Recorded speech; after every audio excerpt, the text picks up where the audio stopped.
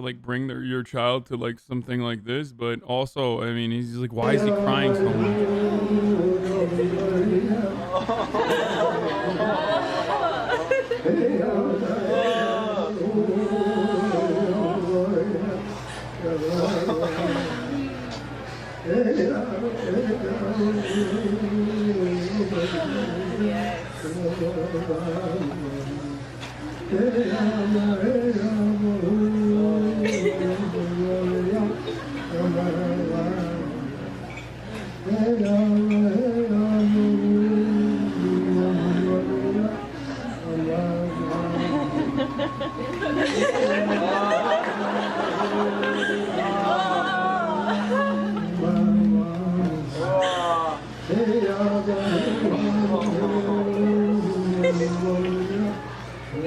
So funny, they don't know what's going on with him, dude.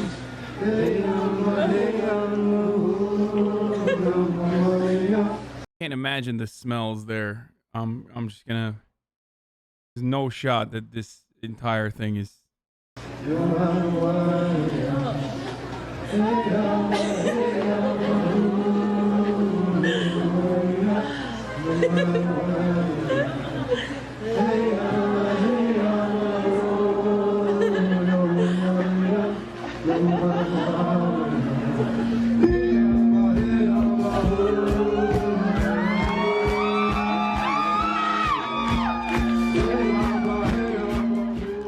Jennifer Hart commented on the video when it was posted online, quote, "I just wanted to take a moment to personally thank you for capturing the video of my son, Devontae, with Xavier at Beloved.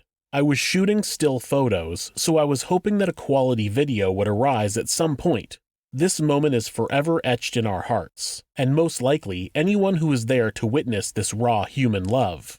Devontae was wearing his free hugs sign that he travels the country with. He's hugged thousands, sharing his love for all. There is a long story behind the emotion and why this moment was so special for Devontae. Thank you for enabling everyone to live this moment again through your video." End quote. It seems as though the women used these children, especially Devontae, as a prop to display their political opinions. Opinions that were extremely pro-love and kindness, though they ironically weren't showing any of that to the children when nobody was watching. On November 25, 2014, the Harts attended a protest being held in downtown Portland. The Missouri grand jury had chosen not to indict the police officer who shot and killed Michael Brown in Ferguson just months earlier. Devontae had been holding a sign that read "Free Hugs" when an officer approached him and asked if he could have one. A freelance photographer snapped the picture. People shared rumors that Devontae was forced to give out free hugs, but there's no evidence that that is true. There are many pictures of Devontae holding a "Free Hugs" sign at various locations over the course of many years. There's no way to know exactly what Devontae was thinking or feeling that day, but we do know that the picture would go on to make. Well, I can't. I hate that she's like got hella fucking Bernie drip, dude. The boy famous. Once the photo went viral, the family was getting a lot of attention, and television shows were asking to do interviews with Devontae. Jennifer refused, claiming she was protecting Devontae's privacy. She then claimed that they had gotten death threats and they needed to move out of the area. Authorities said that they have never found any evidence of death threats. It's more likely that the attention was unwelcome, as they liked to keep their family locked behind closed doors, away from prying eyes. In 2017, the family moved to Woodland, Washington, about 30 miles north of Portland, Oregon. This home was on more than 2 acres of land and didn't have any close neighbors.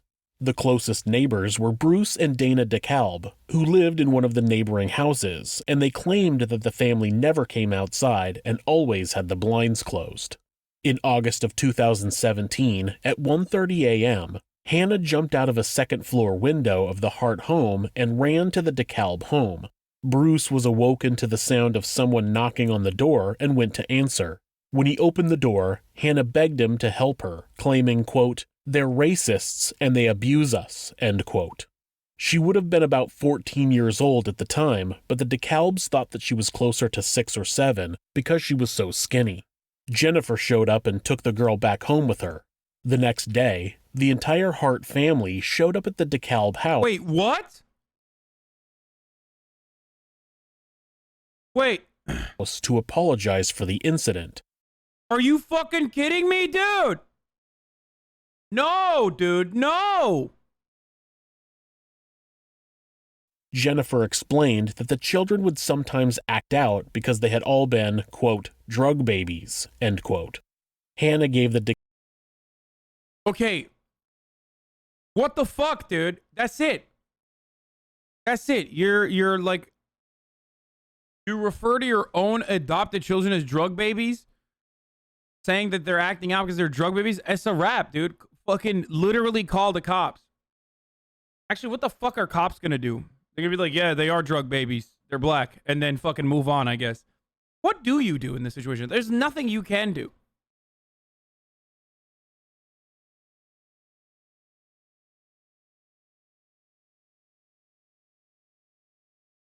This is devastating, dude.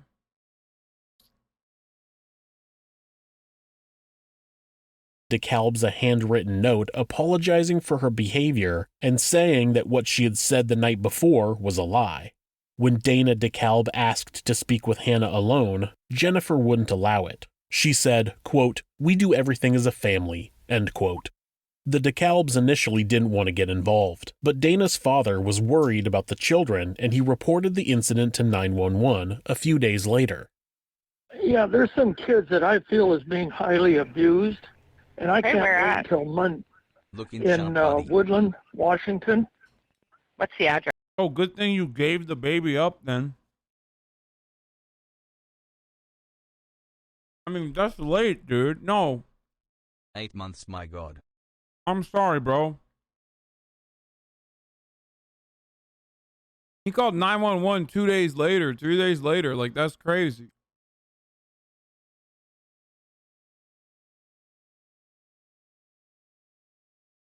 What was he supposed to do, bro? Take the fucking child? Dude, when you see a 14-year-old that's malnourished like they're fucking 7 years old, they look like they're 7 years old because of how malnourished they are, and they jump out of the second story of their own house to come to you and tell you, like, my parents are abusing me, you have to call Child Protective Services. You have to call 911. No fucking shot. Like, you don't, you shouldn't be letting them get away. Address. Okay, I'm going to give you the address of my daughter's house because it's right next door. Okay, and what's going on there? Well, they have 4 Oh black my God, it's not even the neighbor. It's the neighbor's dad. children, which that part doesn't Oh my God. Oh, thank God, dude. Okay, never mind. I'm not even mad at that guy. Okay. matter, and they're new here in Texas. But the other night, a little girl jumped out of the second-story window on the roof and then down onto the ground. Yeah, remember when you said, oh, they don't know that? They don't know that? Well, guess what? They did fucking know that. And ran to my daughter, and this is like 2. Bro, you fucking see that shit, it's over. Like, you see that, or a kid tells you that, it's fucking over, dude. There you go. In the morning, begging them to help her. When did that happen? About 3-4 nights ago. Okay. And my son-in-law doesn't want to get involved, but the more I Yeah, the son-in-law was the one who was like, oh, I don't want to do anything. The dad is the fucking hero. Finds out about it, immediately fucking calls the cops.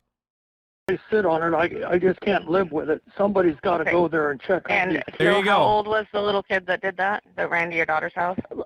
About 12 years old, 13. And when they came looking for her, she was begging my daughter not to let them know she was there. And then eventually my son-in-law let him know. And then she had all 4 of the kids come back later and to say everything I'm sorry, but I hope that guy feels bad. The son-in-law. was okay, and they were all standing at attention like they were just scared to death. And I think there's something very serious going on there. And they're here from Texas. The kids might even be kidnapped. Okay. And so did the girl ever say why she was scared? No, she was crying, and it was 2 a.m, and my daughter said the biggest problem was she's half awake. She couldn't believe what was going on, and and basically my son-in-law is like most people; they don't want to get involved, and so he's keeping my daughter out of it. But since she's told me about it, I just can't live with it. I'm very concerned for these kids. I just can't let this go any longer. Those kids, I think, is in very serious danger. This man is incredibly perceptive. He can sense that these children are in danger, and he's absolutely right. He even mentions that the children may possibly be kidnapped. Of course, authorities claimed that there was nothing that they could do. Sometimes it seems like the police are only able to act after a crime is committed. Yes, all the time. You mean literally all the time? There has yet to be one single domestic abuse incident where the cops have been able to retroactively operate in a way that, like, protects the victim.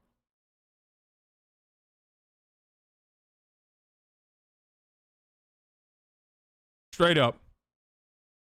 And no, I'm not talking about crime prevention or whatever the fuck, like, whatever kind of like psychotic fascist dream that people have about cops doing like future crime and shit like that. I am absolutely talking about like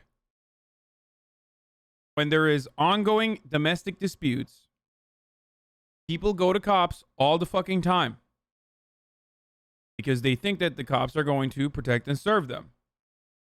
Not realizing that, according to at least the latest study that we can physically find, 40% of cops are domestic abusers.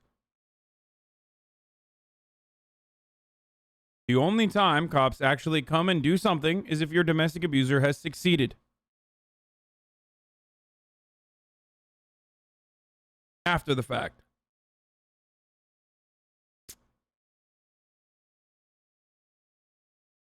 You try to get them to prevent a crime, there's not enough evidence or there's nothing they can do.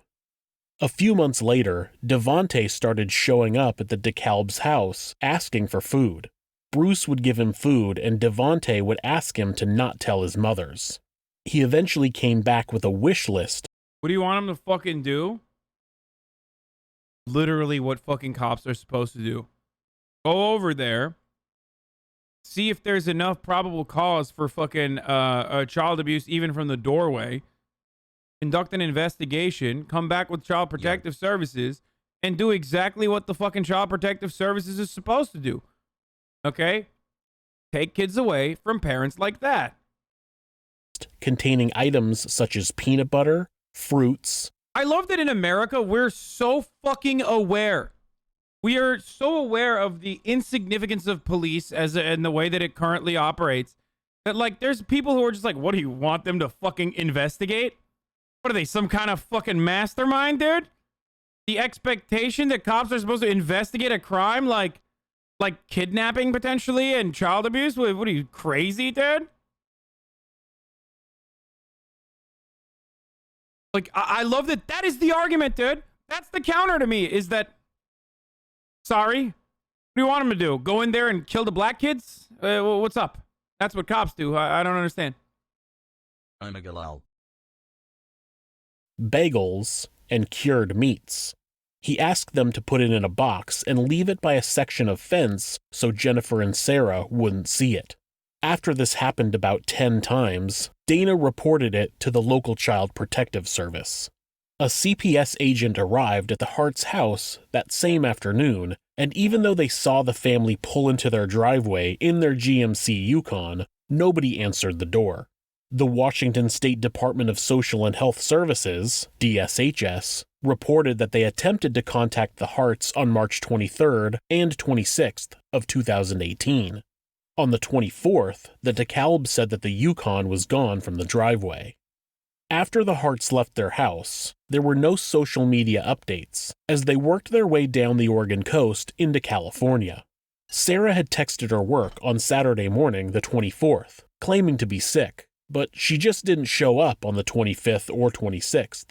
One of her coworkers called for a welfare check on the 26th, since she hadn't shown up for work in 3 days. And who are we checking on? Hey, you see what that is? You know what a welfare check is, chatter?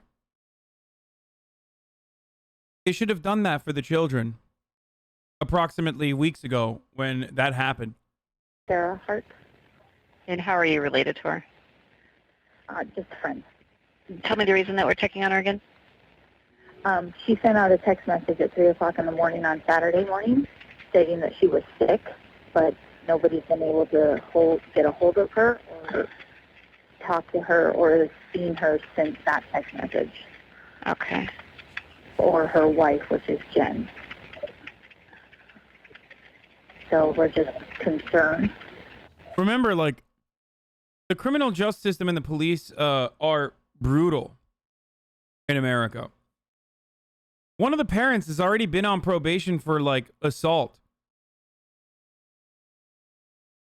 You mean to tell me that you see fucking 2 white ladies and you're just, like, not gonna look the background up?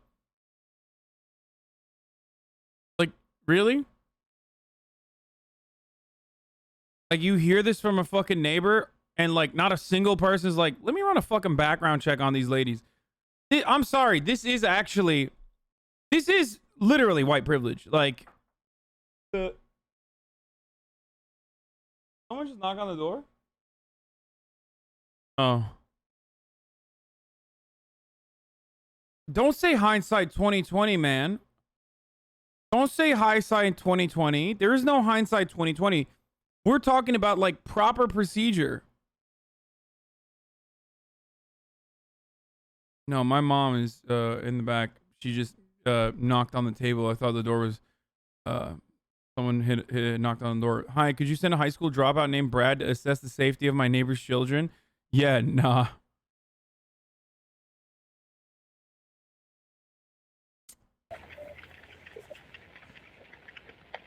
Okay, and did she say, when she said she was sick, did she say what was going on, or? She just said that she just is unable to come out and wasn't able to go to work and thought she was going to have to go to the doctor. I checked the hospital, so they didn't have any record of her.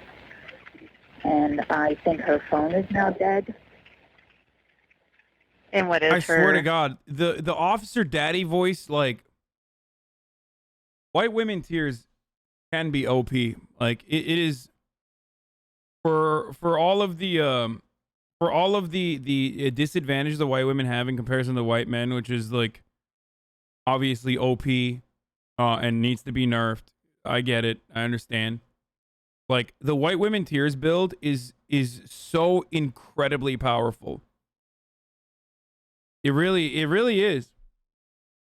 It's when you have that ult, when you finally build up enough to have your white women tears ult and you unleash it, it's a wrap. Like, it just debuffs everything in the surrounding vicinity for months on end.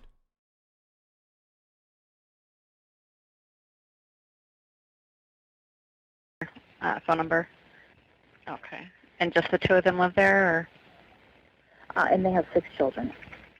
That same afternoon, a German tourist reported seeing a GMC Yukon lying on its roof at the bottom of a 100-foot cliff.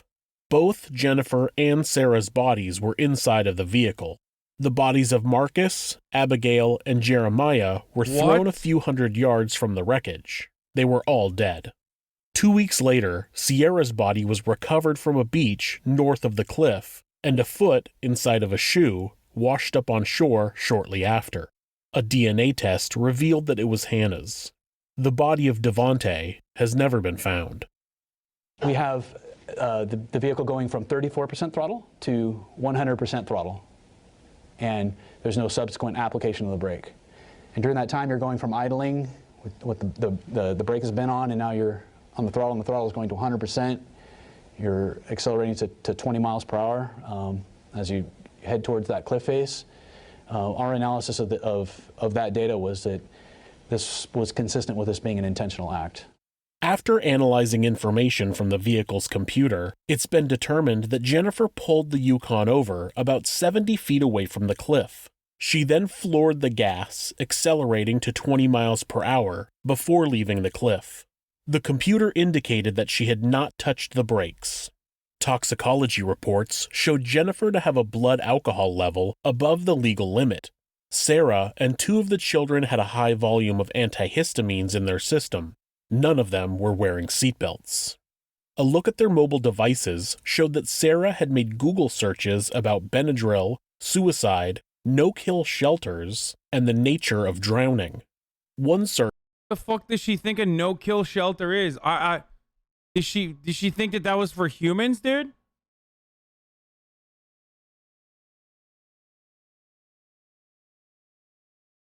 She probably thought like, oh, you know, I gotta fucking take my children that I treat like animals to a no-kill shelter. search was, quote, can 500 milligrams of Benadryl... Wait! She had fucking pets? Shut the fuck up. Shut the fuck up. Are you telling me this fucking animal, this demon, had more care and consideration for her fucking animals, her pets, than she did for her adopted black children?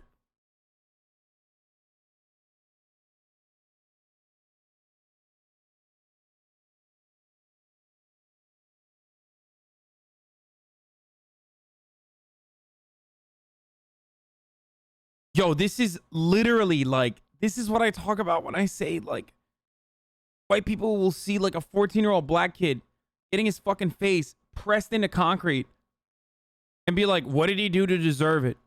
But then they'll yell at you for having your dog walk on that same exact concrete. Obviously not all white people, but like there are people like this. There are literally people like this on the planet, dude.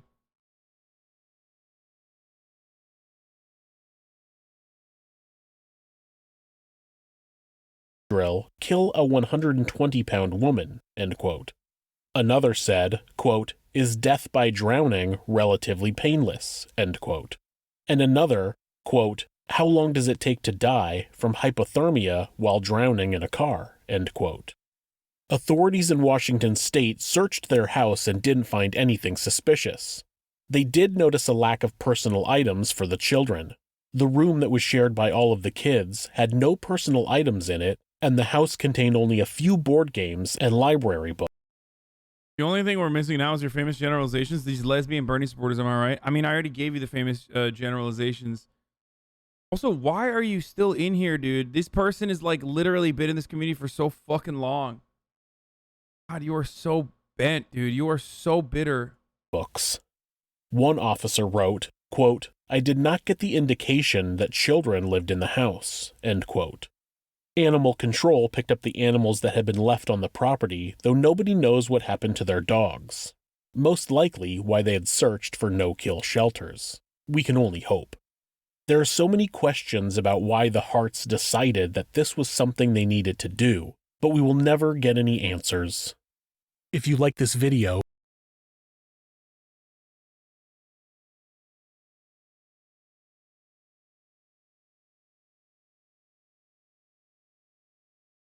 So we don't know. They might have murdered the dogs and then put the cats in a no-kill shelter. Well, I guess they didn't. They just left them behind.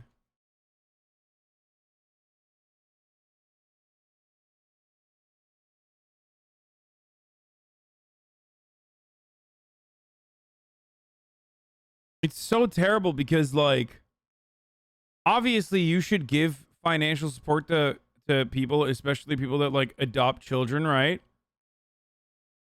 That's please huge. hit subscribe. That's huge. That's important. That's good. But then how do you fucking stop people from doing this to just abuse the system and seeing... I mean, hindsight 2020, right? No, it's not even hindsight. There was plenty of opportunities for authorities to come in and, like, stop this from happening. There were a lot of red flags. There were a lot of red flags, man. There is no hindsight here. Like, okay, now I got to see this one. Student housing in Florida. That's what hindsight is. Oh my God. Hindsight is 2020 is like appropriate when you say stuff that isn't like when you have certain red flags that have gone overlooked, okay? But this wasn't like a couple red flags here and there. A kid literally jumped out of the second story of their fucking compound, ran over to the neighbors. The neighbors saw this, and the kid literally said, hey, I'm being abused by my parents. Like, at that point, it's like, it's crazy. There's not even hindsight's 2020. That's like literally do your fucking job, dude. At 2 a.m. too.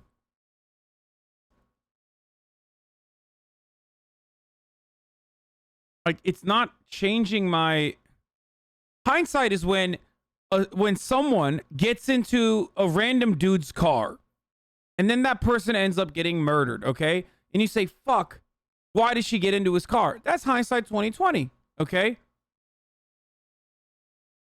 That's not as easily preventable as like the government at every step of the fucking way failed these children.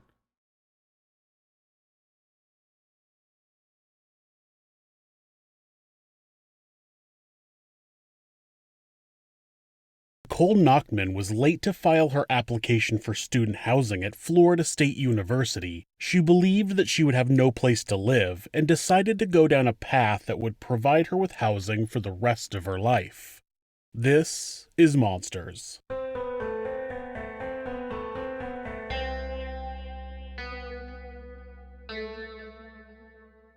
I like this channel a lot, dude. This is Miriam Deans was This is the new JCS for me, straight up. Married to her first husband, Joseph Carey Sr., in the early 80s, and she had 2 sons with him, Joseph Jr. and Kevin Carey. They lived together in Houston, Texas, for about 12 years before they separated. After the separation, Miriam met Ronald Nachman in January of 1993. It turns out they played volleyball together. Miriam lost her job at the beginning of April and moved in with Ronald. At this time, Joey and Kevin were living with their grandmother in Tampa, Florida. I'll be back. In the middle of April, Miriam found out that she was pregnant, so the couple found a rental house to move to, and on August 1st, 1993, Joey and Kevin came to live with them. According to Ronald, he wasn't aware that Miriam was still married and going through a divorce until after they moved in together. The living arrangements were short-lived as he moved out on September 18th because he claimed that Miriam was abusing him. When Nicole Nachman was born on February 11, 1994, the living arrangement changed again. Ronald describes the situation in court.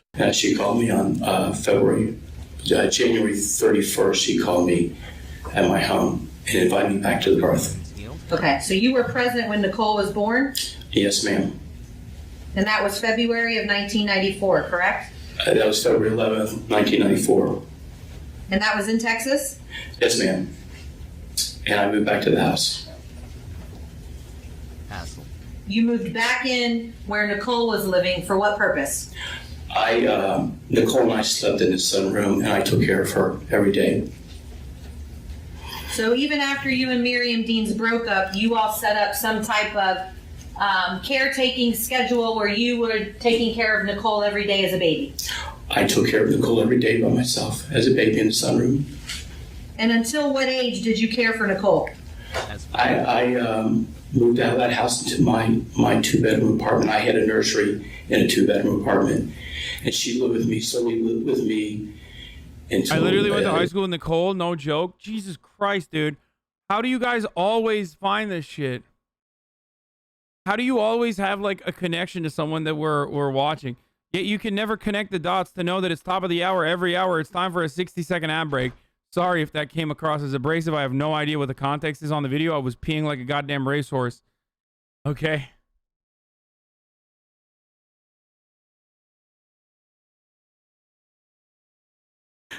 I'm sorry. Intense clap.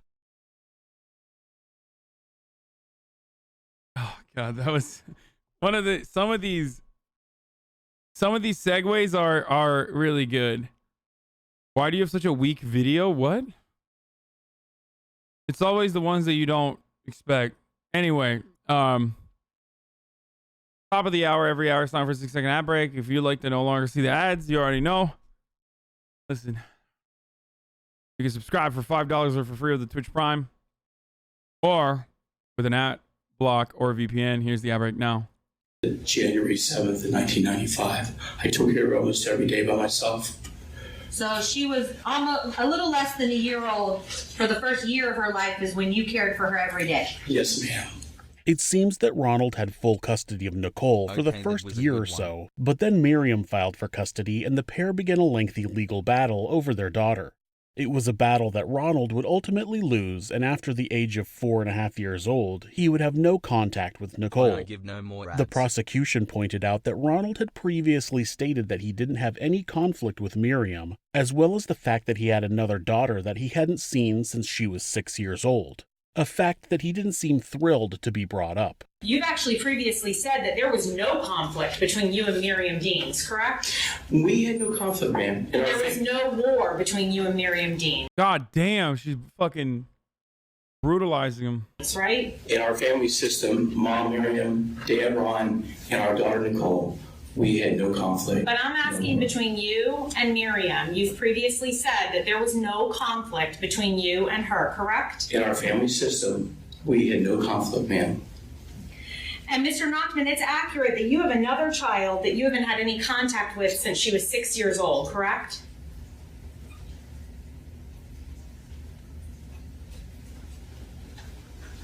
Is that correct? I have a sole custody of one child, another child. But you've had no contact with her since she was 6 years old, correct? It's a yes or no question. That would be true.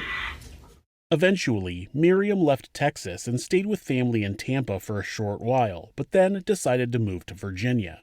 Joey, who would have been around 17 by this time, didn't want to go, so he ran away and lived with his grandmother until he graduated high school and then joined the United States Air Force. Did there come a time when you stopped living with your mother and stayed instead with your grandmother? Yes. How old was Nicole at that time? Let's see, I went to high school in Tampa around 96, 97. So my sister was probably 3 or 4.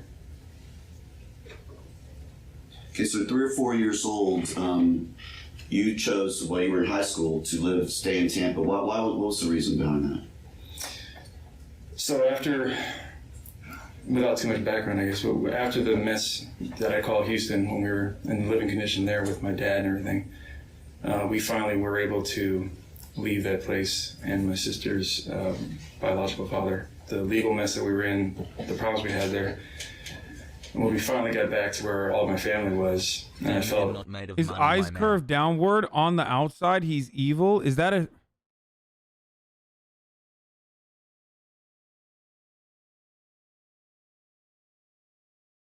Yo. I don't even know what that is, dude. I've never heard something like that.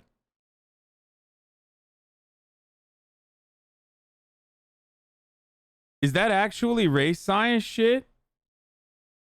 Wiccans in the chat. I feel like that's not Wiccans, man. I feel like that's phrenology. Unless phrenology is Wiccan. Hassle.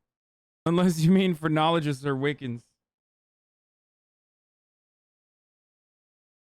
a lot better being back here. Cop astrology. Race science is cop astrology. Yes. My mom wanted to immediately go back to Virginia where she owned a house. And to me, that was just a huge mistake. And it was just kind of getting away from our foundation of family and being together and helping each other out. So I just immediately thought it was going to be a mess again. So I wanted to stay where I was happy.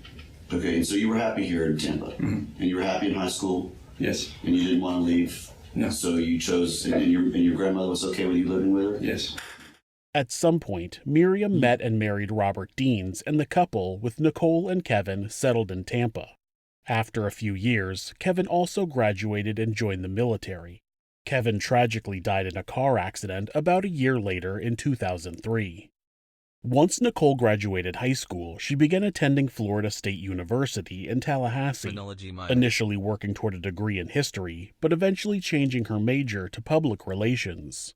Her dorm roommate from her freshman year testified that Nicole had told her there was no future in history. She 10 months completed her over the freshman hassle. year in the summer of 2015 and was back living with her mother and stepfather during the summer break. She had also visited her brother Joey that Gamer posture. Very suspicious. Confirmed demon, no human would choose to live in Tampa. Thanks at Hasanabi for 3 months of enabling my Immediately, procrastination. half the chat fixed their posture, including myself. Like, I literally saw that and I was like, roll your arms back. Roll your Big arms brother back, chat. Hassan, how are you feeling? Roll your shoulders back. No slouching. summer. Now, when you would visit Nicole, with your mom, did everything seem normal? Did you see any sort of fighting or loud arguing when you were there? Between who? Say that again? Just the family. Did you see any strife or anything that caused you concern? No, nothing that caused concern, no. In the summer of 2015, did you see Nicole at all that summer? Yes. All right, when did you see her? The summer where, before the incident. Right. Did you see her here in Tampa, or where was she? No, I was living in Washington State. She visited me out there. Now, were you already married by then? Yes. And you already had your kids? Yes. Okay. And how long did she stay with you that summer of 2015? 3 weeks to a month, somewhere in that area.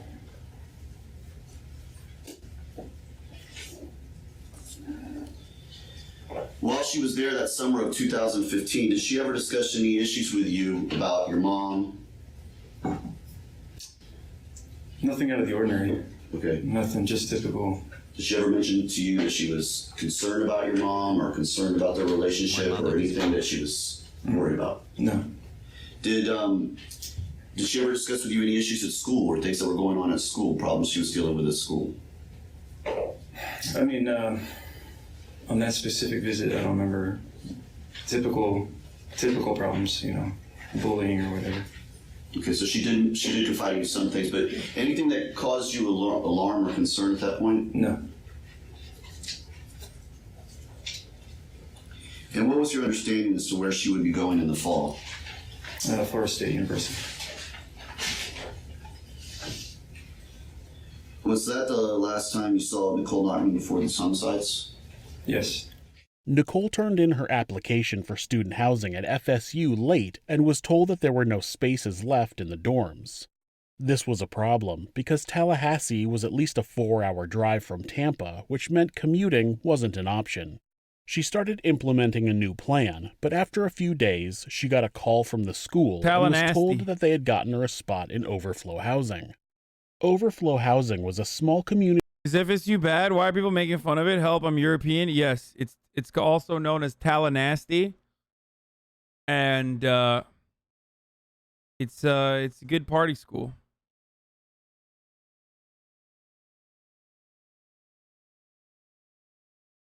It's like Alabama mixed with Florida. You just mean northern Florida. Like every part of Florida is Alabama mixed with Florida. Community area in one of the dorms that had been converted to a room with a couple of sets of bunk beds and some dressers. Students could live there temporarily until one of the permanent dorm rooms became available. This would happen because some students would inevitably not show up at the beginning of the term, giving up their spot in the dorm. The offer of a spot in Overflow Housing required a $100 fee. Nicole didn't have $100, so on August 19th, she called her cousin, David Lear, who lived nearby, and asked if she could borrow the money. I was at work, and I guess sometime in the morning, she had called me.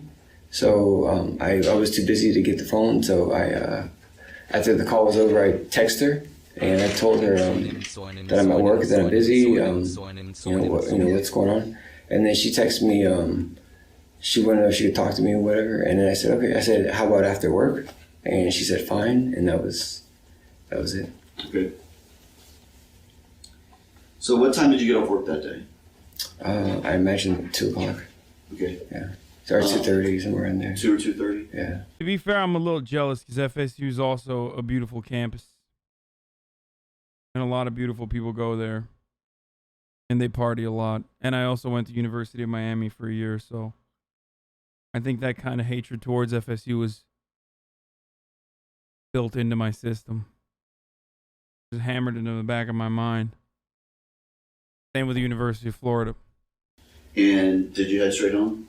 Yes, I did. All right. About approximately what time did you get home? Do you remember? I think it was around 3 that day. Okay. And did you call Nicole not went back? I totally forgot to call her back. Okay. It slipped my mind. So as I was coming home, I was pulling into the driveway.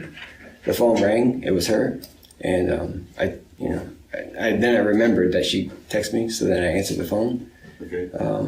She just asked me what I was doing, if she can come by, and I kind of asked her. Yeah, I said, yeah, it's fine. What's going on? And then she asked me. She told me something about if she could borrow money for her dorm room. So I said, yeah. I checked my pockets. I had money on me. Did she tell you how much she needed? $100. And you had that with you? Yeah, I just happened to have it on me. So. Okay. So what did you tell her then? I told her, I said, yeah, come on by. She said she was gonna come right away. So I said, okay, I'll wait in the driveway. Right, so you never even went in your house then? No, at that time, no. Right. And did she show up shortly after talking to you? She did.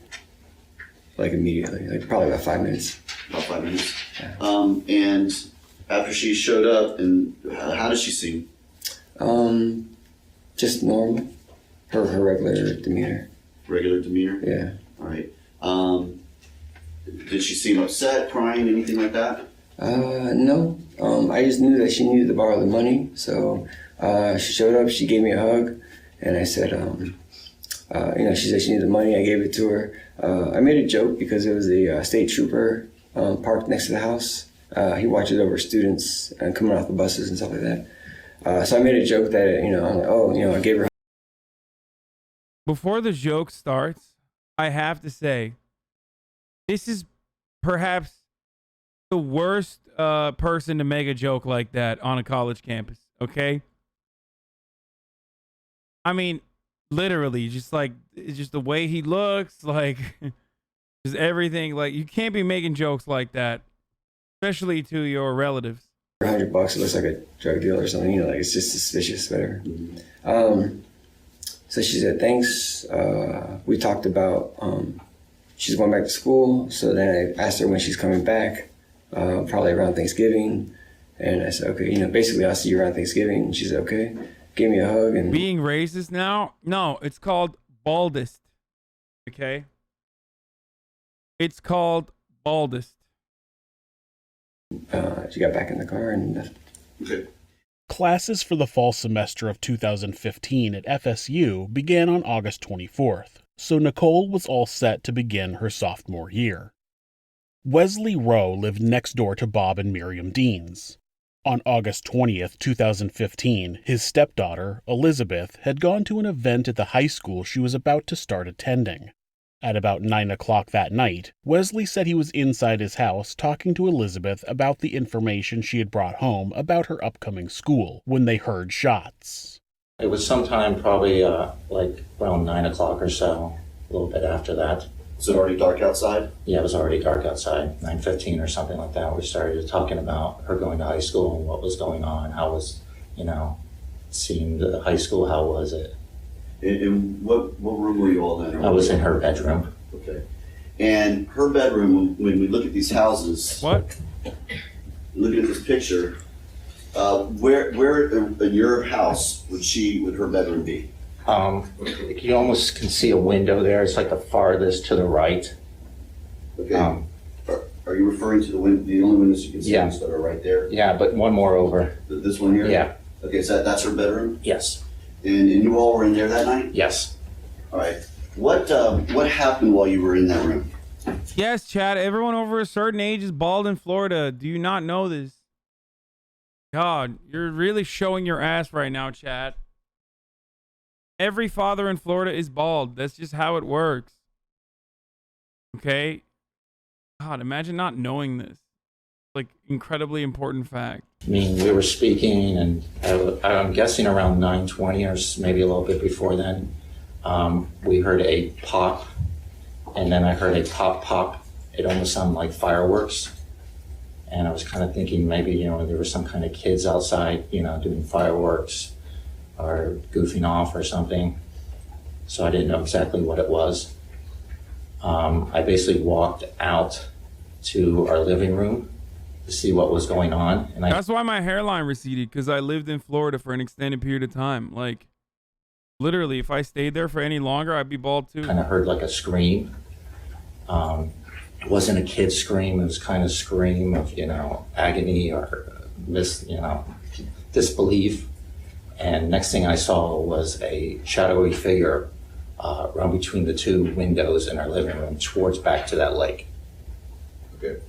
All right, now I'm going to get into that with a little more detail with you. So, the shots you said, you just described it as bang, and then you said there was a pause? There was a pause, and then there was two more. And were those more rapid in succession? Yes, they were right after each other. Wesley wasn't sure. Chad, I know Hasanabi has some sort of blind spot when it comes to body shaming with this, but remember, it gets better, my bald kings. Dude, I feel comfortable making jokes like this because I don't think it's like, you make it seem like it's a disability when it's literally not. And secondly, because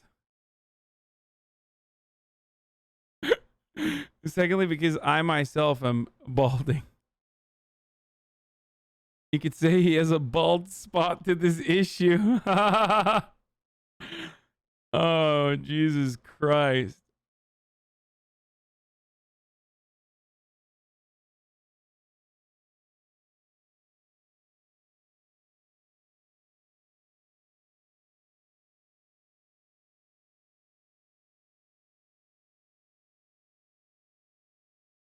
People don't get jobs over baldness. It's a thing. What? Dude, men's rights activists are so funny. It's like when people start talking about like how height amongst men is like a serious disability, and that like short men short men lose out opportunities to taller men, to make it seem like it's like a systemic problem.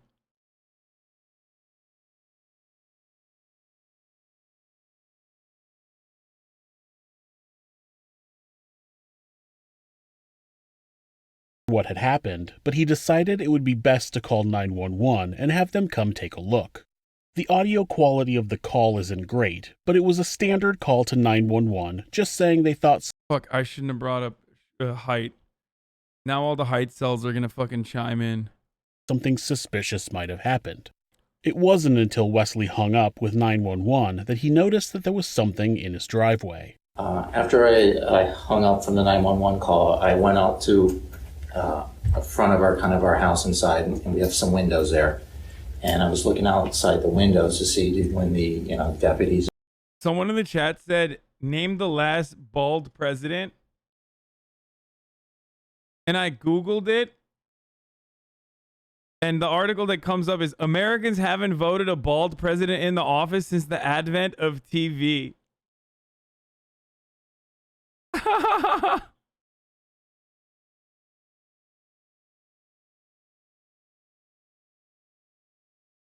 I mean, Trump had a comb over. So, and Joe Biden like was hella bald at a certain point in his life. Oh my God, did Bernie lose because he's bald?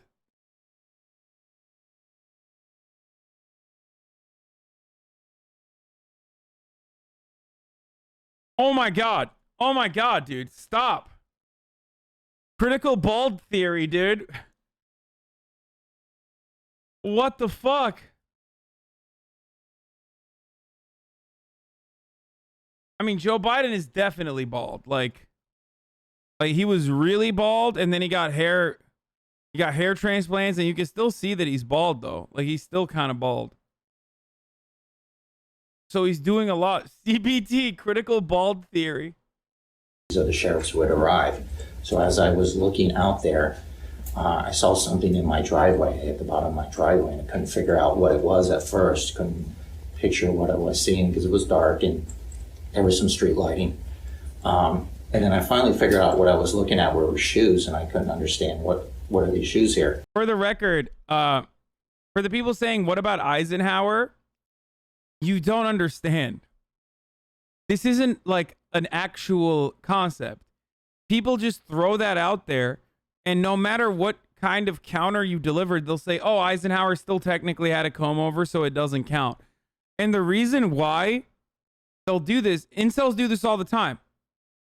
Whenever you say, like, well, look at this guy, he's getting laid, or look at that guy, he's getting laid, they'll be like, oh, well, it's because that guy actually is not unattractive. Or, oh, because that guy's not a fucking incel. Like, it's not about, it's not legitimately a concept. It's just like, they weren't openly bald. Yeah, see, they'll always change it. They'll always change the metric.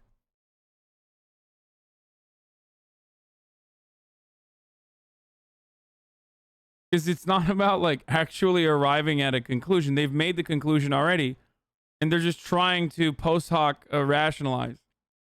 And then I understood that there was also blue jeans, and I figured out that was a body, and it was facing towards the road. So at that point, I was really panicking, so I went and called 911 again from my cell phone. He called 911 back. Yes, I called earlier about gunshots at my house, and it looks like, I'm looking out the front yard, it looks like somebody at the end of our driveway got shot or something. They're like laying on the ground. What is the address of the emergency? Fensbury Drive. Can you spell the street name? Fensbury, Fennsbury Drive. As a bald man. Can we get a deputy here now? Yes, sir. I'm trying to enter this into the system. How long ago were the gunshots? I don't know. I called earlier. It was about 4 minutes before I called earlier. I think a deputy's here now. They are there. Can you see them? I think so. I don't want to go outside after I heard them. It looks like there might be something. I can't really tell. There might be a body on the ground out here. Okay, bear with me while I'm entering this in, okay?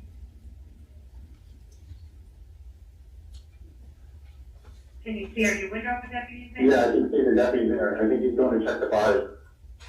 Okay, is there anybody else around? No, my daughter's inside the house. Okay, no, I mean outside where they I don't know. Should I go outside? No, sir, you just keep yourself safe, okay? I'm not advising you to do anything, you just keep yourself safe.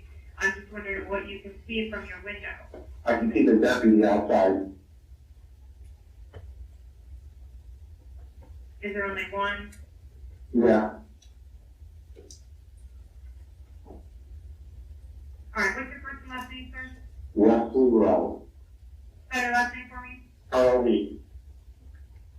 Okay, and your phone number you're calling me from? 813-340. Leaked. Alright, sir, I went ahead and updated the call. This dude did it? Bro, why do you guys keep saying, like, it's all these other people? What the fuck? And we do have more deputies on the way out there to check everything out, okay? Okay. Alright, thank you so much. A deputy with the Hillsborough County Sheriff's Department arrived on the scene pretty quickly. Wesley was only on the line with 911 the second time for less than a minute when you can hear him say, quote, I think a deputy's here now, end quote. Patrol Deputy Michael Pieslack arrived on the scene. When I first pulled in, the Fensbury Drive, the south end of it is a cul-de-sac. So I parked outside the cul-de-sac, and immediately upon looking in the cul-de-sac, I saw a white female body laying in the driveway. He's an incel. He's saying female. Of 14108 Fensbury Drive. Did you see anything else around the female? No, there was nothing, no one moving. It was kind of eerie. As you approached the back cul-de-sac that you've described and approached and got to the position to park your vehicle, do you recall seeing anybody running from that scene? I did not see anything moving, no one running. Okay. No one walking down the road or any close by streets, anything like that? No ma'am, no one around. Do you recall seeing any cars driving fast away from that area? I did not see any vehicles. And did you see anyone standing outside their home? No ma'am. At approximately 9:35 at night, when you were called, when you responded, tell us what the lighting was like in that area. The cul-de-sac has a pretty decent lighting for the area. There's a couple street lights around there, so The cul-de-sac. pretty well illuminated. Okay. And the female body that you've described, I believe you indicated you could see blood. Yes, ma'am. Okay. What position was the body in? Hold on, there's like blood here, I think.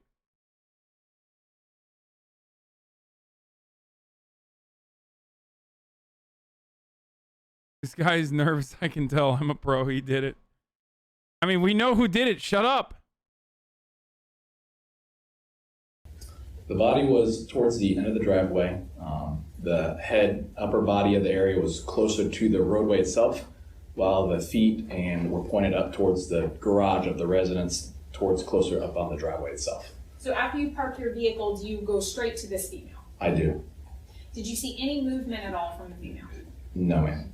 Did you make attempts to determine if she was still alive or if you could do any life-saving measures? I did. I put a glove on my right hand and I went to feel for a pulse on her neck, but was not able to feel for a pulse. Did you call for EMS? I did. And medical services? Yes, ma'am.